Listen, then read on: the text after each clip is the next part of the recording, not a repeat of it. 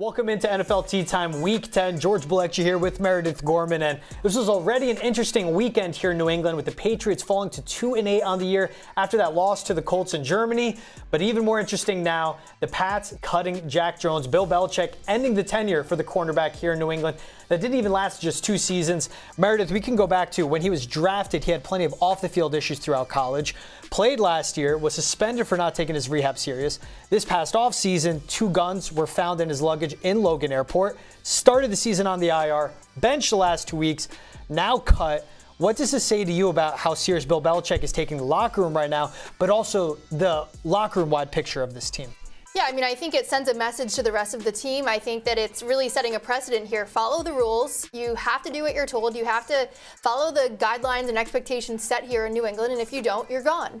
And I think that the Patriot way has always been that way. I think that in the last couple of years, it may have deviated away from that a little bit without Tom Brady and without a lot of the veteran guys in that locker room who have gone on to either other teams or who have retired, who really played a big role in setting that, foundation for the Patriot way within New England. And I really think it's just showing Belichick means business. He's not messing around. He says, show up on time, follow the rules. You're not special. You're not getting special treatment. And really, even when you look back to how things were when Brady was in New England, he never got special treatment. So why should anybody?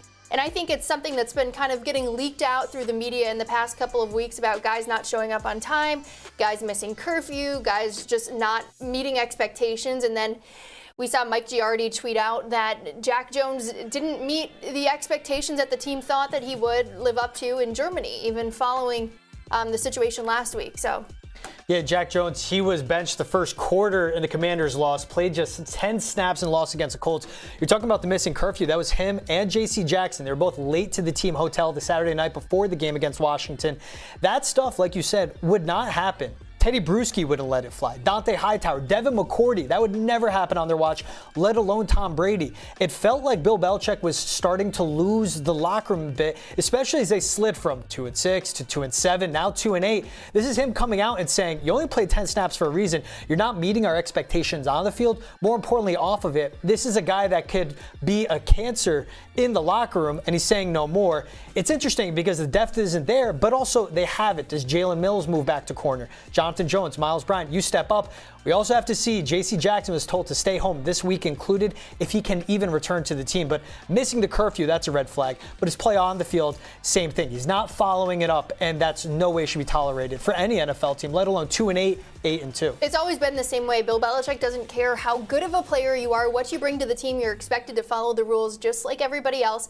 That's what's made the Patriot way culture the way that it's been for so long. And as much as we saw it loosen a little bit over the past couple of years, he means business. And I think, like you said, if a guy is breaking the rules in the locker room, that is like a poison. That seeps in. It can, spread to other guys, and that's how a bad culture starts. So I think we kind of saw Jones look disengaged on the sideline this past game as well. And it's a blessing to be able to play in the NFL for any team.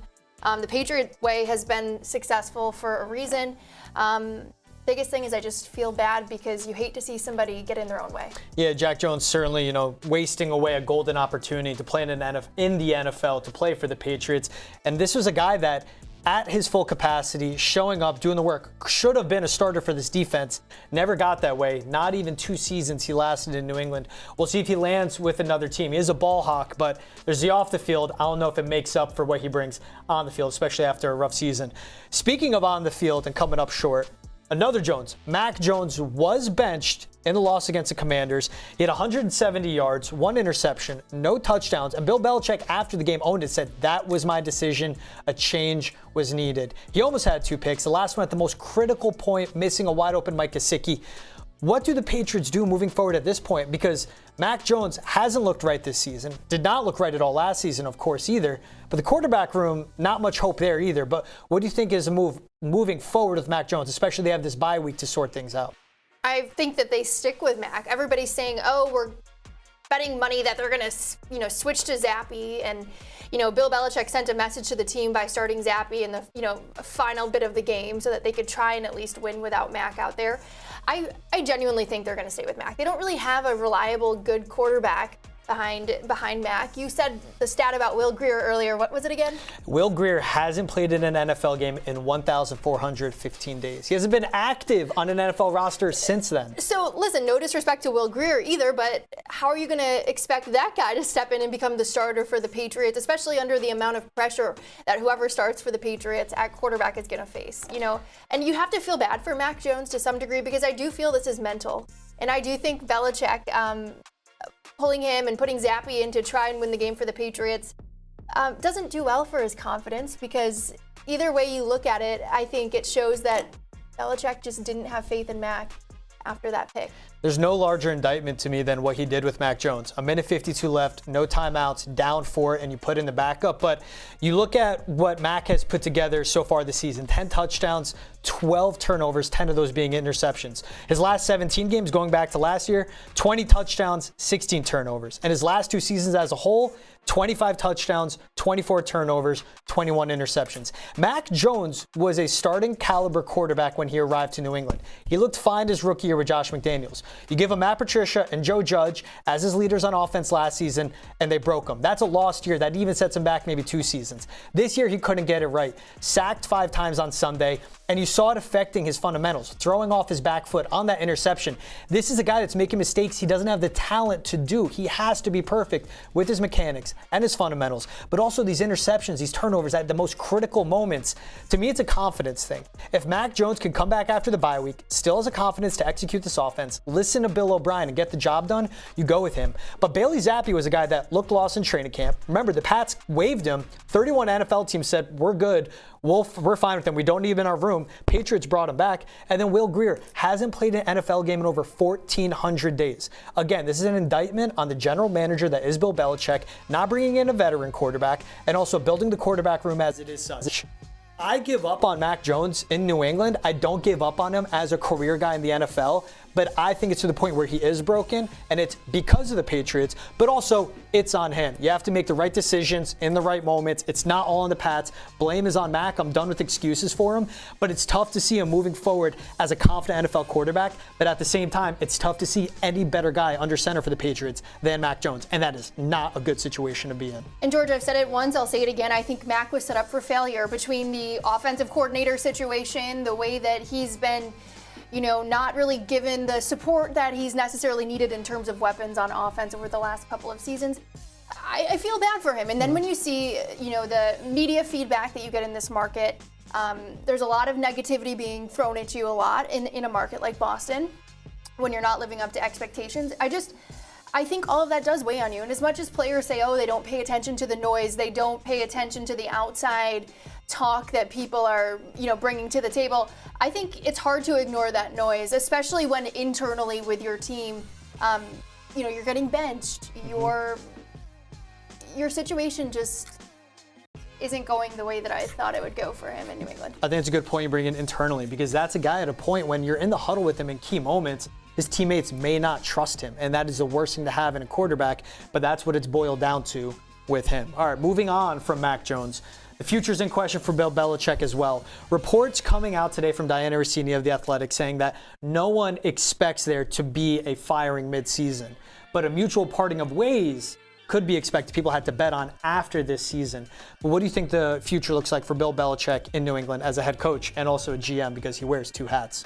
Yeah, I think that everyone in New England and everybody who knows what Bill Belichick has accomplished has a lot of respect for him. I can't see them parting ways or him getting fired in the middle of the season. A mutually parting of ways is what I could see if he does end up leaving, but it's really hard, George, to actually picture New England moving on from Belichick. I mean, he's earned the right to stay. I just think it would definitely be a mutual thing. It'd be something where he can decide that on his own terms. And I don't know, it's just Bill Belichick is synonymous with New England, and it's really hard to just see him going somewhere else. I just see him retiring if not. I mean, this is a guy Robert Kraft went out, traded for to get him from the Jets, and he built them up from one of the worst franchises in the NFL to obviously 6-time Super Bowl winner, one of the most valuable brands.